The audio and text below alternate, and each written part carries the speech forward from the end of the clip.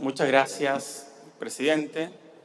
Señor presidente de la Comisión de Hacienda del Senado, senador Andrés Saldívar, senadores miembros de esta comisión, senadoras y senadores. Agradezco la invitación para presentar la visión del Consejo del Banco Central de Chile sobre los desarrollos macroeconómicos y financieros recientes, sus perspectivas y las implicancias para la política monetaria y financiera. Esta visión está contenida en detalle en el Informe de Política Monetaria IPOM de diciembre de 2015 y en el Informe de Estabilidad Financiera IEF del segundo semestre de 2015. En los últimos meses, la inflación anual del IPC evolucionó acorde con lo que preveíamos en septiembre, aunque su componente subyacente, el IPC SAE, es decir, sin alimentos y energía, mostró un incremento algo superior. Esto en línea con la mayor depreciación del peso que hemos observado en este periodo, con holguras de capacidad que siguen acotadas y con los patrones históricos de indexación. A su vez, en el tercer trimestre el crecimiento de la actividad también estuvo acorde con lo previsto, mientras que el de la demanda interna resultó algo mayor. Con ello, la economía siguió creciendo entre 2 y 2,5%. En lo externo, el escenario se ha deteriorado por la caída de los términos de intercambio, particularmente el precio del cobre, el menor crecimiento de los socios comerciales y las condiciones financieras menos favorables. El aumento de la tasa de interés en Estados Unidos la semana pasada aparece como la gran noticia en lo más reciente. En este contexto, en el escenario base que presentaré en unos momentos, se reducen las perspectivas de crecimiento para 2016 y se retrasa en algo la convergencia de la inflación a la meta. Con esto, se ha intensificado el escenario que planteamos en septiembre, con mayores presiones inflacionarias de corto plazo que ceden en el mediano plazo.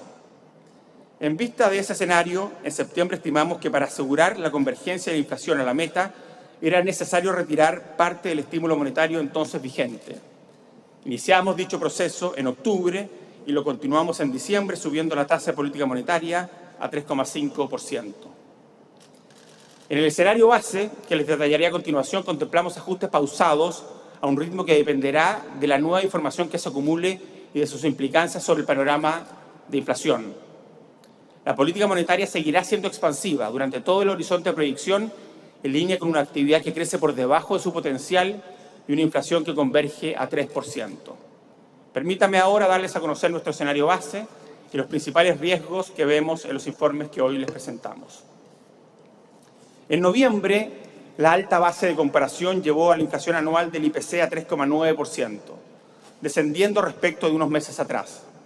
No obstante, tanto nuestro escenario base como las proyecciones de mercado esperan que vuelva a aumentar por sobre 4% y que se mantengan esos niveles por una buena parte de 2016. La depreciación del peso ha tenido una gran relevancia en el alza de la inflación, lo que se refleja especialmente en el alto nivel de la inflación IPC-SAE de bienes, que tras promediar menos 1,9% en 2013, ha estado algo por debajo de 5% desde julio de este año. Se suma el efecto indirecto sobre los precios, por ejemplo, a través de la indexación a la inflación pasada. Más allá de la sostenida depreciación del peso, la permanencia de la inflación en niveles elevados también se relaciona, como se destacó en septiembre, con que las holguras de capacidad, si bien se han ampliado, muestran una magnitud menor a la de otros ciclos de bajo crecimiento, lo que ha dificultado un ajuste mayor de la inflación de no transables. En el gráfico que se presenta en pantalla, observamos las distintas medidas de inflación. El IPC total es la línea azul, que está hoy día en 3,9%, algo dentro del rango de tolerancia del Banco Central, que es entre 2 y 4%, que, como les decía, esperamos que suba nuevamente sobre 4% y se mantenga ahí un tiempo relevante. La inflación subyacente es la línea celeste, que está algo por abajo de 5%. Pero lo más notable de este gráfico es lo que ha pasado en el último tiempo con la inflación de bienes sin alimentos y energía, es decir, bienes subyacentes, que es esta línea verde que está acá. Y vemos que mientras en 2013 era negativa, y de hecho venía siendo negativa por un periodo previo también, sube fuertemente a partir de ese entonces, es decir, coincide con la depreciación del peso, y hoy día está en cifras algo por abajo de 5%. Ese es el gran cambio que hemos tenido en el último tiempo y, evidentemente, eso se refiere básicamente a la evolución del tipo de cambio. Los bienes en la canasta IPC son, en general, bienes importados y, por lo tanto, muy influenciados por el tipo de cambio. No obstante, también es interesante y es importante mencionar que la inflación de servicios, si bien ha bajado marginalmente, se mantiene en niveles relativamente elevados. La evolución de las holguras de capacidad es particularmente evidente en el mercado laboral, donde la tasa de desempleo continúa baja y el crecimiento anual de la ocupación total oscila en torno a 2%, con un empleo asalariado que aumenta a tasas superiores en el margen. Aunque los salarios nominales han tenido una moderación gradual desde fines de 2014, se expanden cerca de 6% anual. Ahí tenemos algunos indicadores del mercado laboral. Tenemos que el empleo, la línea roja, se expande en torno a 2%, y la tasa de desempleo, que es la línea azul, está algo por arriba de 2%, que es una tasa baja dado el ciclo económico que tenemos hoy día, mientras que los salarios crecen a tasas en torno a 6%.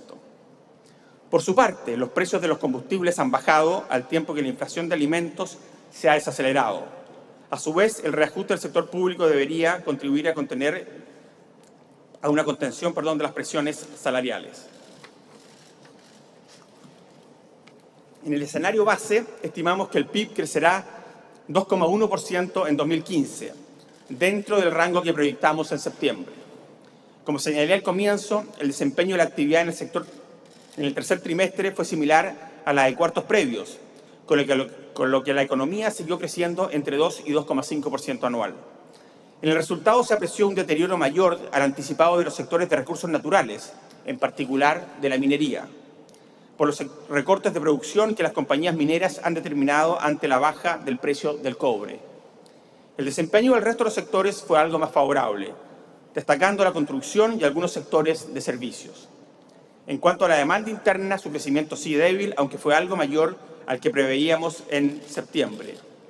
Destaca el aumento de la formación bruta de capital fijo, donde se conjugan factores puntuales como la elevada integración de equipos de transporte y un mayor dinamismo en la edificación habitacional.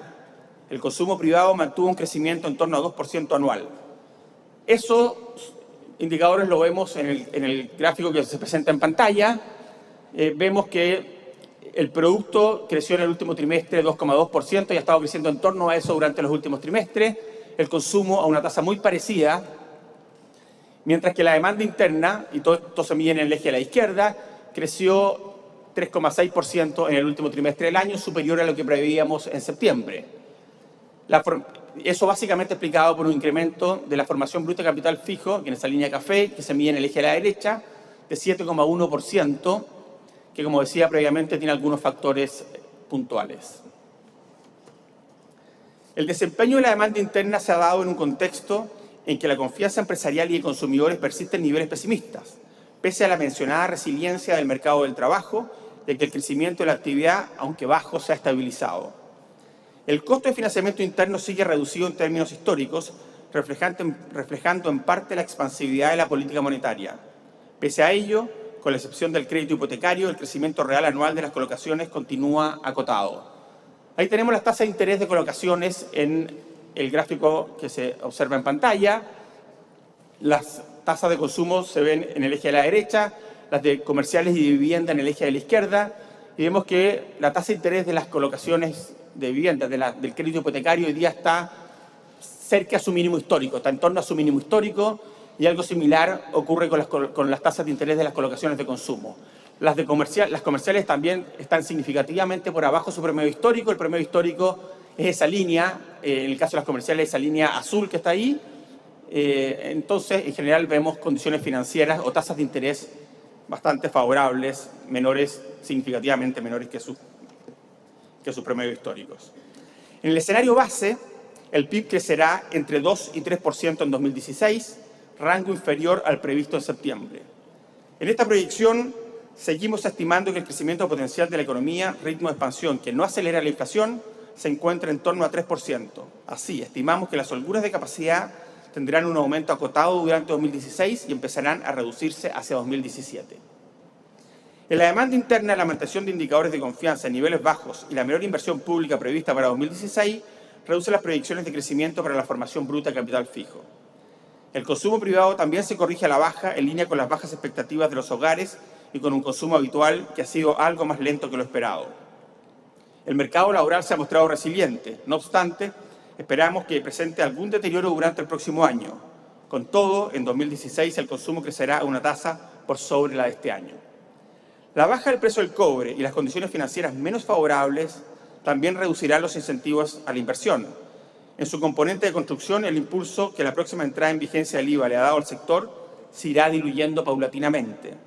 Medido como porcentaje del Producto Interno Bruto, tanto en términos nominales como reales, la formación bruta de capital fijo se mantendrá en niveles similares a los de 2015, en 21,9% y 23,5% respectivamente. El empeoramiento del escenario externo, que se detallará más adelante, tiene un efecto relevante en el mayor déficit de la cuenta corriente para 2015 y 2016, 1,7 y 2,6% del PIB respectivamente. En septiembre estimábamos 0,7 y 1,5%. Ello principalmente por la baja de los términos de intercambio. Se agrega este año un incremento mayor que lo previsto de las importaciones de bienes de capital, en particular de transporte.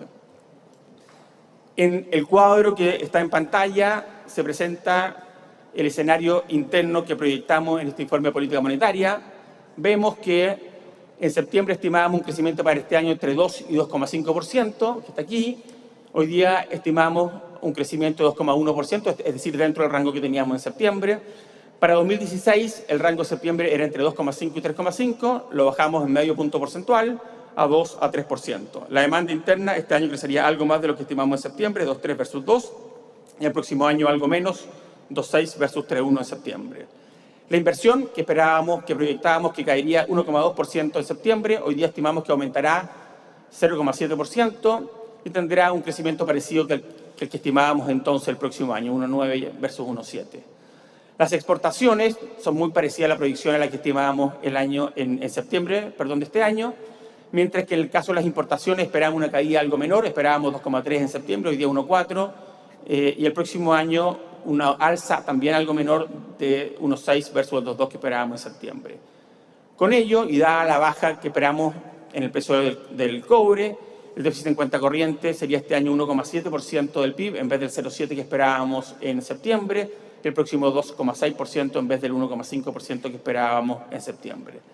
El ahorro 20% versus el 28% de septiembre y el próximo año 19,1% versus el 20%, mientras la inversión 22% comparado con el 21,5% que esperábamos en septiembre y 21,9% comparado con el 21,5% que esperábamos en septiembre.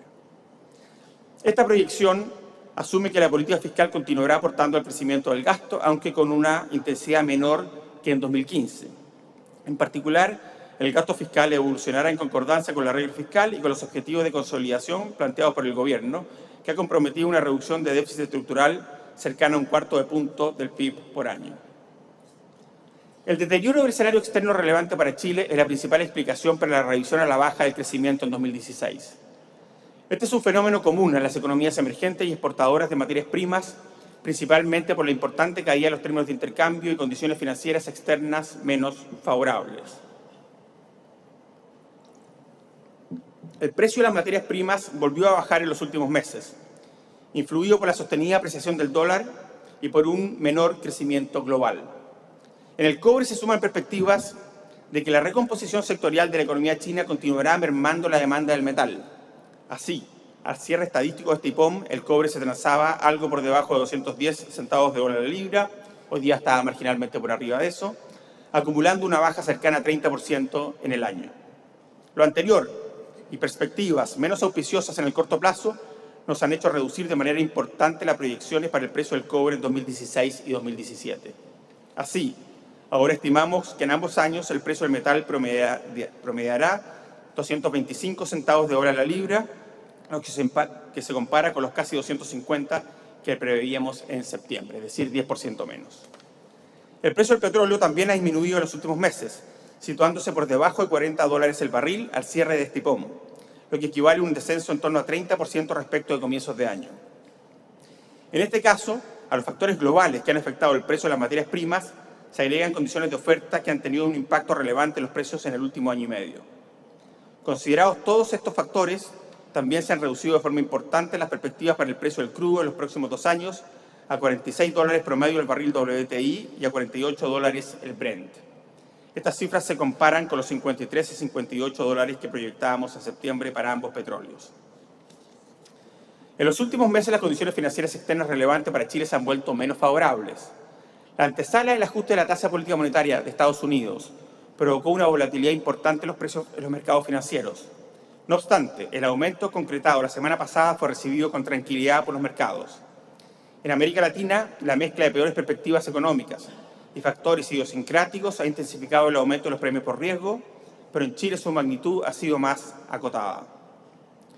En el gráfico en pantalla se observan los premios por riesgo, es decir, el exceso sobre las tasas de interés de los papeles del Tesoro norteamericano que pagan las economías emergentes de distintas zonas del mundo, de Europa, América Latina, Asia y Chile.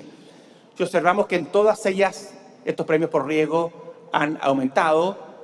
En el caso de Chile, ese aumento ha sido algo más acotado, por ejemplo, que el que vemos en economías emergentes, en las economías de América Latina y en economías emergentes de otras regiones del mundo.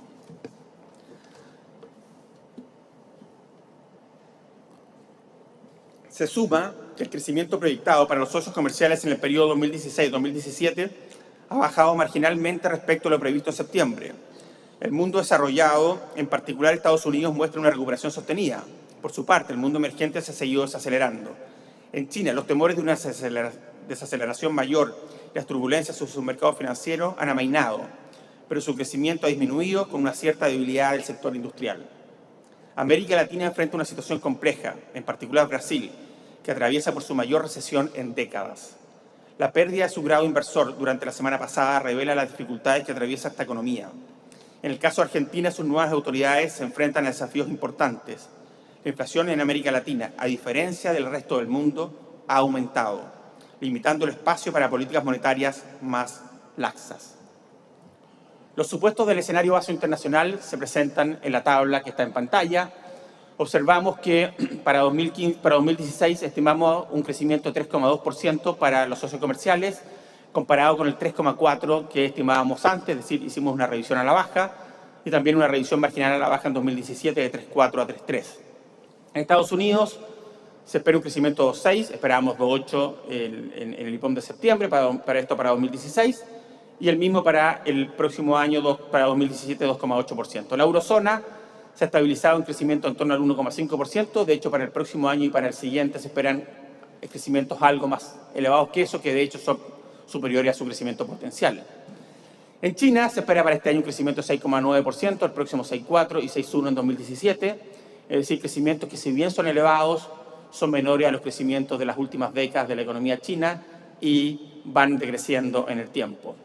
Interesante mencionar lo que está sucediendo con India, una economía con la misma cantidad, aproximadamente la misma cantidad de habitantes que China, pero con un ingreso bastante más bajo, que crecería sobre 7% este año y los 2 años que siguen. De hecho, en muchas ocasiones se ve a India como el reemplazante de China en términos de aumento en su demanda por materias primas, evidentemente en la medida que esa economía vaya desarrollándose.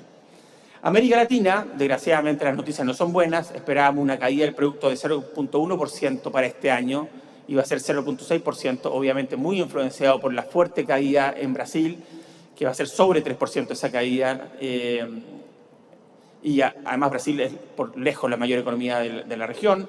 El próximo año esperamos un crecimiento de apenas 0,4% comparado con el 1% que esperábamos en septiembre, y cierta recuperación en 2017 con un crecimiento de 1,5%.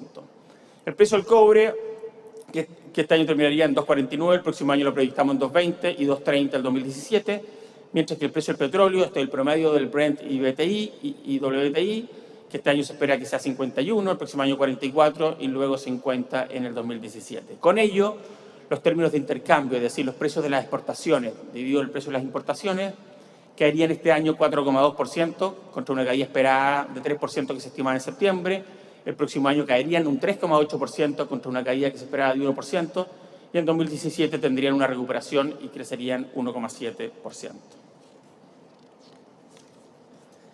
En el escenario base, la inflación anual del IPC se mantendrá por sobre 4% durante gran parte de 2016, finalizando el año dentro del rango de tolerancia y llegando a la meta hacia fines del horizonte de proyección, en esta ocasión el cuarto trimestre de 2017. Se destaca que las expectativas de inflación se mantienen ancladas en la meta del horizonte de proyección. Las expectativas de inflación se mantienen en 3% a 2 años plazo, que es nuestro horizonte de proyección. Ahí vemos las proyecciones que tenemos para la inflación y la inflación subyacente, la inflación en el panel de la izquierda, la subyacente en el eje de la derecha. Lo que está en rojo es la proyección actual, lo que está en verde es la proyección de septiembre, del IPOM de septiembre, y vemos que son bastante parecidas, pero la convergencia en la actual proyección es un poco más lenta que la que veíamos, que la que proyectábamos en septiembre. La proyección de inflación de este IPOM considera que en el horizonte de proyección las holguras de capacidad, aunque se ampliarán en el corto plazo, se mantendrán acotadas y que el tipo de cambio real tendrá una leve apreciación. El Consejo ya ha comenzado a retirar parte del estímulo monetario, como lo planteó en septiembre, llevando la TPM a 3,5%. El escenario base considera como supuesto metodológico una trayectoria para la TPM que es similar a la que se deduce las distintas medidas de expectativas al cierre estadístico de este IPOM.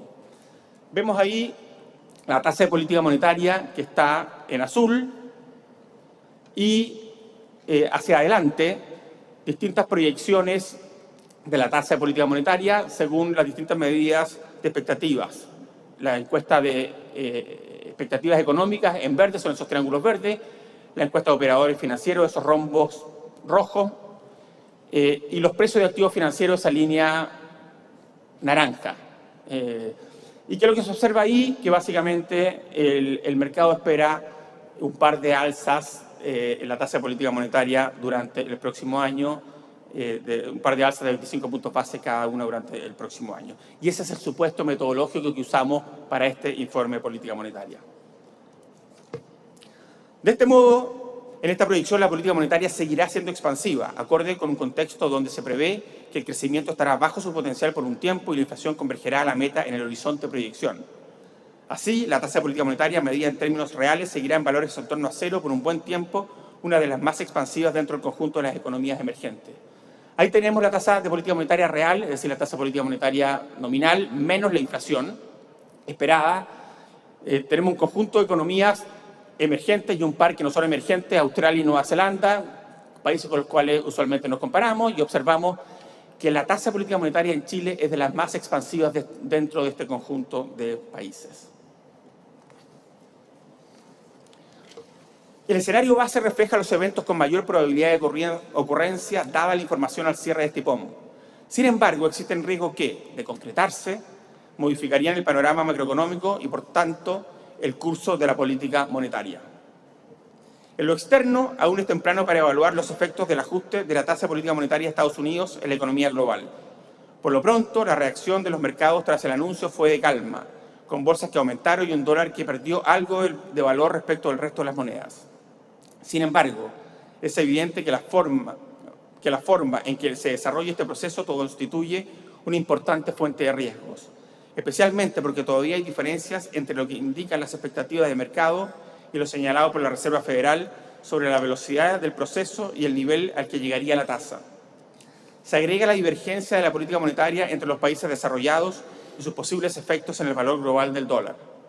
En la medida que ésta se mantenga, las presiones para un dólar más apreciado persistirán con los efectos sobre el precio de las materias primas y de nuestra propia moneda. En China, la probabilidad de un ajuste abrupto se ha reducido, pero persisten dudas sobre su contribución a la recuperación de la actividad global y al precio de las materias primas, especialmente ante el rebalanceo de su crecimiento hacia los sectores de servicios y de consumo. Por último, la compleja situación de Brasil y la necesidad de un mayor ajuste en algunas economías de América Latina continúan siendo un riesgo importante. Un empeoramiento de las perspectivas económicas en la región afectaría la demanda externa y posiblemente las condiciones de financiamiento que enfrenta Chile. De materializarse alguno de estos riesgos, es muy posible que la reacción del tipo de cambio presione al alza la inflación en el corto plazo, pero sus efectos de mediano plazo son menos evidentes, toda vez que es probable que la actividad también se resienta. En lo interno, la inflación se ha mantenido alta por un tiempo prolongado, lo que podría afectar su velocidad de convergencia tanto por sus efectos vía indexación como por sus posibles impactos sobre la formación de expectativas. Todo ello en un contexto de márgenes que siguen acotados y de holguras de capacidad reducidas. Por otra parte, la caída del precio del petróleo y la menor inflación externa relevante para Chile podrían aminorar estas presiones inflacionarias.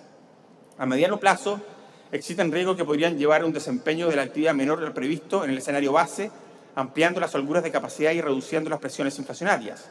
Por un lado, aunque el mercado del trabajo se ha mantenido resiliente, no puede descartarse un ajuste significativo que reduzca el ritmo de crecimiento de los salarios, eleve el desempleo y afecte el gasto. También es posible que la confianza no repunte según lo previsto, resultando en una economía que crezca menos que lo proyectado. En todo caso, tampoco es descartable que la recuperación de la actividad sea algo más rápida que la prevista si los indicadores de confianza repuntan a un ritmo mayor. Esto último también podría producirse si la caída de los precios de los combustibles tiene un impacto mayor sobre el ingreso nacional. Evaluados estos riesgos, estimamos que el balance de riesgos para la inflación está equilibrado y para la actividad está sesgado a la baja. Permítame ahora pasar a los temas que desarrollamos en nuestro informe de estabilidad financiera, IEF. El informe de estabilidad financiera da a conocer en forma semestral, junio y diciembre de cada año, los sucesos macroeconómicos y financieros recientes que podrían incidir en la estabilidad financiera de la economía chilena. Los desarrollos del ámbito externo también resultan relevantes al momento de revisar sus implicancias para la estabilidad financiera. Y como ya lo señalé, el escenario externo relevante para Chile se ha deteriorado a lo largo del segundo semestre del año. Por ejemplo, el deterioro de la economía brasileña ha afectado la valoración de las inversiones de empresas chilenas en dicho país. Se agrega que el comienzo del proceso de incremento de la tasa de interés en Estados Unidos podría generar una descompresión de las primas por riesgo, incluyendo los premios por plazo de las tasas de interés externas, lo que podría traducirse en fluctuaciones cambiarias y en un aumento de las tasas largas locales. En el ámbito local, el IEF destaca el bajo nivel en que se han mantenido las tasas de interés de corto y largo plazo. En este escenario, resaltamos que se mantienen los altos volúmenes administrados en fondos mutuos de deuda, los cuales podrían revertirse ante un evento abrupto de alza de las tasas largas. De hecho, esto es uno de los temas más discutidos hoy día en la economía internacional. A este escenario de riesgo se agrega la menor liquidez relativa de los instrumentos que son parte de estos portafolios. Un tema que hemos destacado con fuerza en los últimos IEF es la situación financiera de las empresas locales. La evaluación que surge de los datos recientes da cuenta de una menor fortaleza del sector. Por un lado, la razón de deuda sobre PIB, que se mantuvo en valores cercanos a 114% desde finales de 2014, alcanzó a 121% en el tercer trimestre de este año. Si bien parte importante de este incremento se deriva del efecto de valoración asociado a la depreciación del peso, el nivel alcanzado es alto desde una perspectiva histórica. Además, el aumento acumulado de los últimos 7 meses es elevado dentro del grupo de países emergentes. Eso lo vemos en el gráfico que está en pantalla. Tenemos la deuda externa como porcentaje del PIB y que vemos que aumenta en el último trimestre de 114 a 121%, un aumento significativo. Se había mantenido en el nivel previo por varios trimestres. Lo que está en azul es la parte de esta deuda que es local, lo que está en amarillo es la parte de esta deuda que es deuda externa. Por otro lado, aunque los indicadores financieros de las firmas que reportan a la Superintendencia de Valores y Seguros no presentan cambios relevantes con respecto al IEF anterior, se mantiene un endeudamiento alto y rentabilidad baja para patrones históricos. Eso lo vemos en el gráfico a continuación. El endeudamiento se mide en el eje de la derecha y vemos que, si bien no hay cambios significativos respecto al trimestre anterior, está en un nivel relativamente alto desde una perspectiva histórica y la rentabilidad también ha bajado en los últimos trimestres y es relativamente baja respecto a una perspectiva histórica. La rentabilidad se mide en el eje de la izquierda, está en la línea verde. De todos modos, diversos indicadores dan cuenta de que la exposición de hoja de balance de estas firmas al riesgo de tipo de cambio se ha mantenido en niveles bajos. En el sector inmobiliario, las ventas de viviendas se mantienen dinámicas y los precios continúan creciendo, aunque estos últimos exhiben una moderación en lo más reciente. Ahí vemos distintos indicadores de precios de vivienda, los que construimos nosotros en el Banco Central, en la línea azul, y Banco Central de la región metropolitana en la línea roja, y los de la Cámara Chilena de la Construcción, que es la línea verde. Si vemos el crecimiento en 12 meses, todavía hay un crecimiento importante, no obstante, es importante resaltar que aquí en el margen se observa que en algunos casos estos precios caen y en otros casos se estabilizan. Y el adelantamiento de compras por motivos de la reforma tributaria explicaría parte importante del mayor dinamismo de la actividad del sector. De hecho, la mayoría de las ventas corresponde a viviendas que se encuentran en fase de construcción o aún no se han empezado a construir. Las reducidas tasas de interés de los créditos hipotecarios también forman parte de la explicación de este dinamismo. El crecimiento de los precios de vivienda se ha reflejado en la dinámica de los créditos hipotecarios, que presentan una tasa de expansión real anual cercana a 10%, que se explica principalmente por el aumento de la deuda promedio y en menor medida por un incremento del número de deudores. Cabe destacar que si bien diversos indicadores de financiamiento se mantienen estables, como la razón deuda-garantía y la razón dividendo-ingreso, también se observa un incremento en la participación de hogares que tienen más de una hipoteca, fracción que en el último lustro se incrementó de 20 a 25%. En el sector de oficinas continúa aumentando la tasa de vacancia. En este segmento resalta que el mayor ingreso de metros cuadrados disponibles ha generado un aumento de la tasa de vacancia de oficinas, la que se sitúa por sobre el 10%. Lo anterior ha llevado a que los precios de los arriendos se hayan reducido, tendencia que se mantendría en los próximos trimestres. Eso lo observamos en el gráfico que está en pantalla. La tasa de vacancia que se mide en el eje de la izquierda tiene un aumento significativo en el último tiempo. De hecho, lo habíamos previsto en los informes de estabilidad financiera previa. Hoy día está en torno a 10%. Mientras que el precio de los arriendos que se mide en el eje de la derecha ha bajado, muy relacionado, por cierto, con lo anterior, durante el último par de años. Eso se observa en la línea azul del gráfico. En cuanto a la situación financiera de los hogares, los indicadores agregados, el endeudamiento y la carga financiera, presentan leves cambios en lo más reciente. A junio de 2015, la deuda de los hogares representó 61,6% del ingreso, 0,8 puntos porcentuales más que a fines de 2014, manteniendo su tendencia al alza. Por su parte, la carga financiera se mantuvo estable, cerrando en 14,7%. De todos modos, la última encuesta financiera de hogares mostró un incremento en la carga financiera de los hogares de ingreso medio alto respecto a lo reportado en 2011. Aquí tenemos en la línea azul la relación deuda e ingreso de los hogares y vemos que, aunque levemente sigue aumentando en los más recientes, aumentó 0,8 puntos porcentuales para cerrar en 61,6% del ingreso. En el eje eso se mide en el eje de la izquierda, en el eje de la derecha se mide la línea roja, que es la carga financiera, esto es intereses más amortizaciones, que está en torno al 15% y que se ha mantenido estable durante el último tiempo. Lo anterior se da en un contexto en que los indicadores de no pago de los hogares se mantienen estables. Sin embargo, los créditos con cajas de compensación de asignación familiar, que representan una fracción baja de la deuda de los hogares, solo un 3,4%, continúan aumentando su morosidad. Esta situación, en conjunto con problemas de gestión, llevó a una de estas firmas a incumplir sus compromisos financieros y sociales, gatillando la intervención por parte de su supervisor y el inicio de un proceso de reestructuración. Estos eventos motivaron un aumento de las primas de deuda emitidas por estas entidades, pero sus efectos en el resto del sistema financiero han sido limitados. Aún así, creemos que se debe avanzar en una mayor convergencia en los modelos de supervisión de estas entidades con el fin de fortalecer su gobierno corporativo y gestión de riesgo de crédito, entre otros aspectos, reduciendo de esta forma la probabilidad de nuevos eventos de inestabilidad. En el sector bancario, la actividad crediticia mantiene un crecimiento acotado, excepto para la cartera hipotecaria.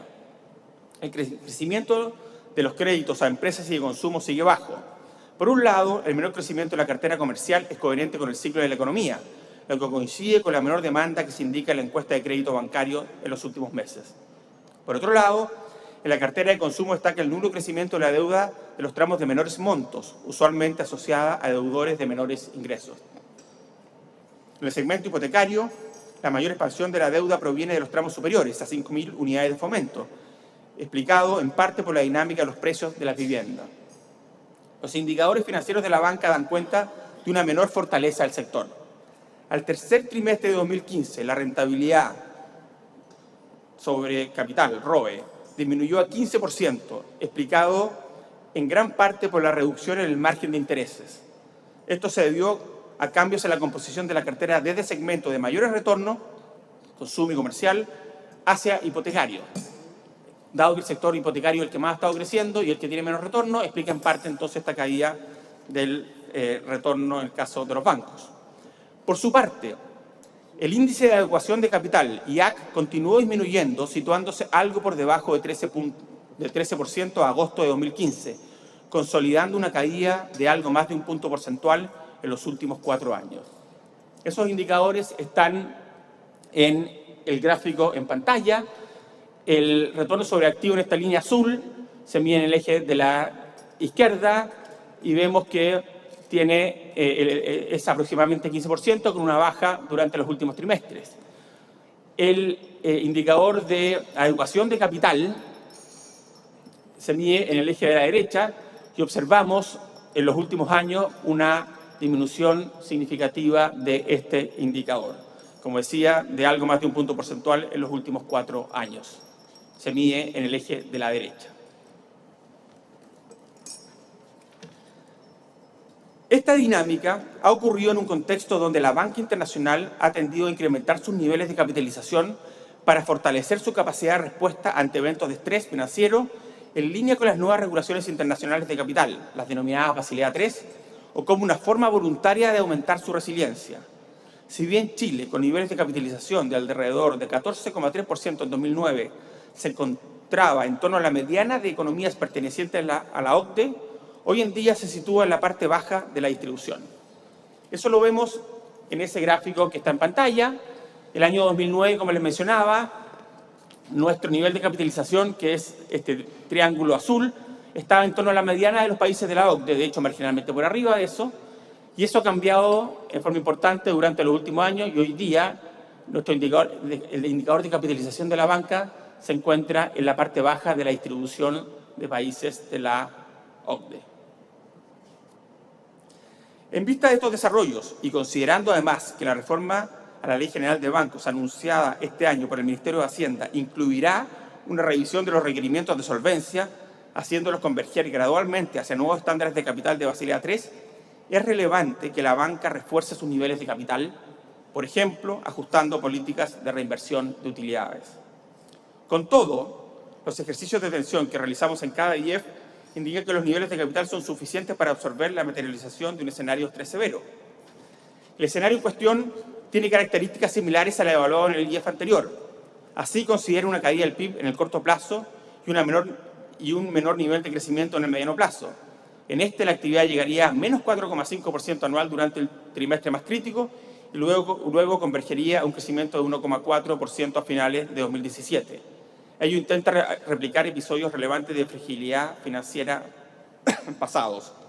Básicamente lo que hacemos en estos test de tensión, estos ejercicios de tensión, es que hacemos un ejercicio muy estresado donde la economía cae muy fuertemente y después se recupera hacia niveles de crecimiento bajo, asumimos que sube las tasas de interés también significativamente y lo mismo con el tipo de cambio y vemos cómo responde el sector bancario.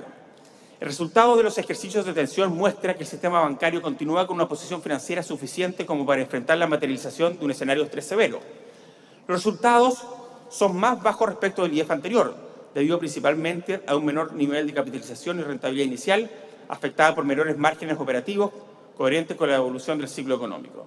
Eso lo observamos en el gráfico que está en pantalla. Estos son los escenarios de estrés o de tensión, los ejercicios de tensión que hicimos durante el primer semestre y a la derecha están los que hicimos recientemente. Veamos aquí en el ejercicio de tensión durante el primer semestre de este año, los niveles de capitales estaban en este valor de aquí y hoy día la mediana del sistema baja respecto a eso. Más aún, y esto en concordante con lo que decíamos recientemente respecto a la baja en el indicador de capital de la banca, mientras en el ejercicio de estrés del primer semestre un 57% de los bancos con un 57% de los activos tenían un indicador de capital superior a 11%, hoy día con este escenario de estrés ese 57% ha bajado a algo menos de un 45%. Quisiera finalizar con algunas reflexiones. La situación económica se ha tornado más compleja, especialmente para las economías emergentes. Los términos de intercambio han caído más de lo esperado y las condiciones financieras se han estrechado. Adicionalmente, si bien la recuperación de la actividad en los países desarrollados se ha ido consolidando, la situación de algunos importantes socios comerciales emergentes se ha deteriorado. Las dificultades que hoy enfrentan las economías emergentes están relacionadas con los importantes cambios observados en la economía global, en especial el fin del boom de las materias primas. No obstante, es importante reconocer que el impacto de estos cambios sobre cada economía depende de cómo se prepararon para enfrentarlos durante los años de bonanza. En esta materia es indudable que muchas economías incubaron debilidades que hoy dificultan el proceso de ajuste. Déficit de cuenta corriente altos, situaciones fiscales poco balanceadas, mayores niveles de deuda corporativa, parte de la cual está expresada en moneda extranjera y no debidamente cubierta, son algunos de los elementos que agregan complejidad y riesgo al ajuste en varias economías. Por cierto, también hay fortalezas. En particular, muchas economías emergentes y de la región cuentan hoy con mejores marcos de política monetaria para enfrentar estos desafíos. Bancos centrales independientes, con objetivos claros, tipos de cambio flexible y un adecuado nivel de reservas son líneas de defensa fundamentales. Chile destaca en estas materias. La deuda pública neta es prácticamente cero gracias al ahorro de los años de alto precio del cobre. Nuestro sistema financiero está bien regulado y no presenta debilidades significativas. El accionar del Banco Central ha permitido un ajuste importante en los precios relativos y si bien el costo ha sido un aumento de la inflación, las expectativas han permanecido bien ancladas, clara señal de la credibilidad del mercado en nuestro compromiso con mantener la inflación baja y estable. Pero no debemos tomar una posición autocomplaciente. Por el contrario, debemos fortalecer estos elementos que tradicionalmente han sido nuestras principales líneas de defensa frente a shocks externos. En este marco, el IEF da cuenta de que es muy necesario que el sector privado mantenga una posición financiera sólida que le permita enfrentar un escenario más difícil. Por ello, tanto la mayor fragilidad que se detecta en la situación financiera de las firmas como el menor capital que mantienen los bancos son elementos que deben observarse con atención, más allá de que en la coyuntura actual no signifiquen un problema en sí mismos. Respecto a la política fiscal, es altamente valorable el esfuerzo que el Gobierno y este Congreso se han impuesto para 2016, reduciendo de forma importante el crecimiento del gasto, en línea con ingresos que serán menores dada la caída del precio del cobre y un crecimiento más bajo de la economía. Más importante aún es el reconocimiento de que es necesario un proceso de consolidación fiscal que tome en cuenta las restricciones presupuestarias que este escenario macro más complejo nos depara para el futuro. Respecto a la política monetaria, nuestro marco de políticas le entrega un rol fundamental en la suavización del ciclo económico. La idea básica es que si la política fiscal se conduce de manera ordenada y predecible, en línea con la aplicación de la regla fiscal, los espacios para una política monetaria contracíclica son mayores. En este sentido, es la política monetaria la primera línea de defensa frente a los shocks que enfrentaremos. Es justamente ese el rol que hemos jugado en estos años, en que bajamos las tasas, ayudando a contener la caída de la demanda y permitiendo que el peso se depreciara. Pero la política monetaria tiene límites que debemos respetar, si no queremos que ese pilar esencial, que es la estabilidad de precios, se debilite. Es por eso que tras verificarse niveles de inflación mayores y más persistentes que los previstos, hemos decidido disminuir en parte el impulso monetario con el objetivo de llevar la inflación a la meta en un plazo de 2 años.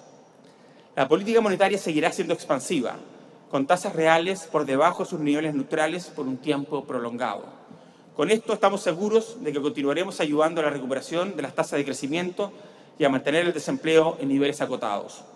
Pero también aseguramos que se logre la estabilidad de precios. Quisiera terminar recalcando que a pesar del ambiente pesimista derivado de los desarrollos de la economía mundial, de los casos de colusión y otros temas legales, y, por qué no decirlo, de la crispación que ha caracterizado algunas importantes discusiones locales, desde un punto de vista macro, las condiciones para retomar mayores tasas de crecimiento están presentes. No obstante, debemos estar preparados para enfrentar también un escenario más complejo. Esto requiere que todos los aspectos que he mencionado mejoren. En lo que respecta a la política monetaria y nuestro rol como regulador financiero, seguiremos trabajando para cumplir los objetivos que se nos han encomendado. Mantener precios estables y velar por el normal funcionamiento de los pagos internos y externos. Muchas gracias, presidente.